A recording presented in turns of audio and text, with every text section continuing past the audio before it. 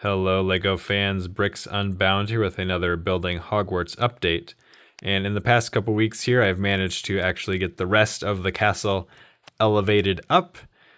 Obviously, it doesn't all have the actual rockwork and things under it, lots of supports here, but it's all at approximately the correct height.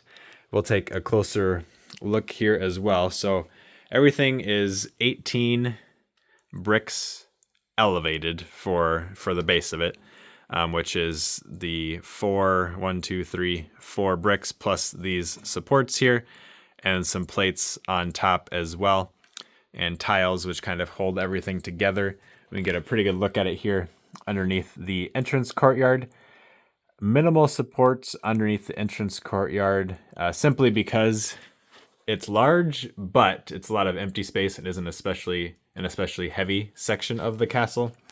And then once more weight gets added to other sections, they will get more supports under it. The Great Hall here actually has a similar structure set up. There's a few more doubled up supports under it because it will have quite a bit more weight on it. I don't have the Great Hall sitting on top at the moment for the basic reason of I don't want to accidentally knock it over because I'm doing a lot of lifting up of sections and repositioning it, and it's a lot easier to do that with just the kitchen section here, which actually we haven't seen in a while. But there's my version of the Hogwarts kitchens here. I probably actually need a few more house elves, and I know that there's new Dobbies coming out in sets, but obviously it was a lot easier when it was collectible minifigures and less expensive to get those than probably the Dobby from like the current Malfoy Manor set and things. Haven't looked into that yet, and honestly forgot how many I had under here or if I needed more. But a few more house elves I think would be good in there. I have moved this section of Rockwork back. Originally, when I had this castle in a different room of my house, this section of Rockwork was at the edge of this base plate. But now I've moved it back by, 20-25 studs or so, which gives me a lot more space for the Durmstrang ship to sit here in the lake and not look quite as cramped, which is nice.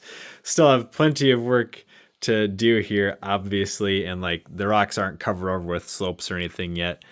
There's a little bit down here, but that needs to go all the way around this, and of course the rest of the castle too. In the back here is where the Slytherin common room is going to go. Don't be alarmed when you see what the inside currently looks like, but this section of rock just slides out. I've just got it resting on some tiles down there. I have the Slytherin common room, just the set, that, was it a banner looking thing? Just sitting in there at the moment as a placeholder. These supports on this side are going to be replaced by other things, and the one in the middle will probably just completely go away because I don't want it blocking the views in there, and there's enough other ones, and there will be enough other support once I build everything in underneath here that I'm not too worried about stability. But that's what's going to go here, and it'll be easily accessible by sliding that wall of rock in and out. This will also be decorated up more, so it's not just big ugly rock pieces.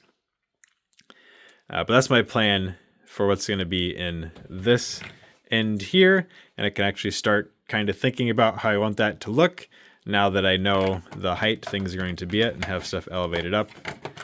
It's hard to slide that back in with one hand. Going around the side here, so everything is elevated up here as well, including the grand staircase tower. I don't have the rest of it in place right now because it's, about triple the height of what this is at. And that's even without the peaked roof on the top. And that would be way too much weight for the current supports under here. There are quite a few more supports, but I'm planning on having a few layers of plate to give it a little bit more structural integrity there. And right now it would just probably snap these poor plates that are sitting under it if I put the rest of the weight on there before I complete that part of the process. But this is the height, and what I'm planning on doing here, these rocks, they'll probably move out a little bit further even, because there needs to be a pathway to get you to the section tunnel that gets you into the quad courtyard on the other side there. need a way to get up there. There is a door here. It's kind of pushed open and maybe a little hard to see it, but that leads into the entrance hall, which then of course they can use to go through to get up into the Great Hall.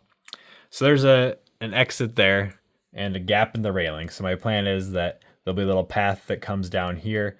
It'll probably come down a little ways to go across, so that way I can have one branch of it split off and come down to like the water level more, so that way students can exit the Great Hall with, you know, their morning toast or whatever, and then go feed some to the giant squid. That happens at least once or twice in the books with Fred and George feeding it. I think it's Fred and George, maybe it's Lee Jordan. It's been too long since I read that particular obscure piece of the book. Anyway, so there'll be a path that comes down. I'm thinking one will split off to go down this way. The other one will just continue across, and then it starts climbing back up as you approach that walkway through. As has previously been shown, this section here will also just slide off, sitting on top of tiles right now. That way you can see into the Mirror of Erised, but it will have rockwork that covers up the gap in there right now. I think I might have to remove one of these windows because the rocks will probably cover that up, but that's not a huge issue. So that's what we're looking at on this side. We'll do a quick look around the other side here too. The lighting is going to be a little hard to see everything in here because the entrance hall creates shadows down into this section, or the entrance courtyard, excuse me. Obviously, this isn't anywhere close to done, but it's approximately the correct shape, because similar to what we were just talking about on the other side of the grand staircase tower here, there's a walkway that runs along the wall here and connects up to get you into the entrance courtyard. So there'll be a spot, you can kind of see it, but there's a way to get into the entrance courtyard right here, and back behind it you'll get to that walkway. And then also around this side here, there's a spot where you'd step out, and that'll get you onto the viaduct bridge too, to go over to this section of the castle. So that's what we're looking at right now. It took way more time to get these supports and everything installed than I was expecting. Life's busy, but then also there's a lot of moving them over by like a couple of studs, or realizing, oh no, I'm one stud off on 10 supports, and then having to unattach everything and shift them slightly. So it was a bit of effort, a bit more than maybe it looks like, but I hope you have enjoyed this video, and please keep coming back for more. Let me know what you think down in the comments, and thank you for watching.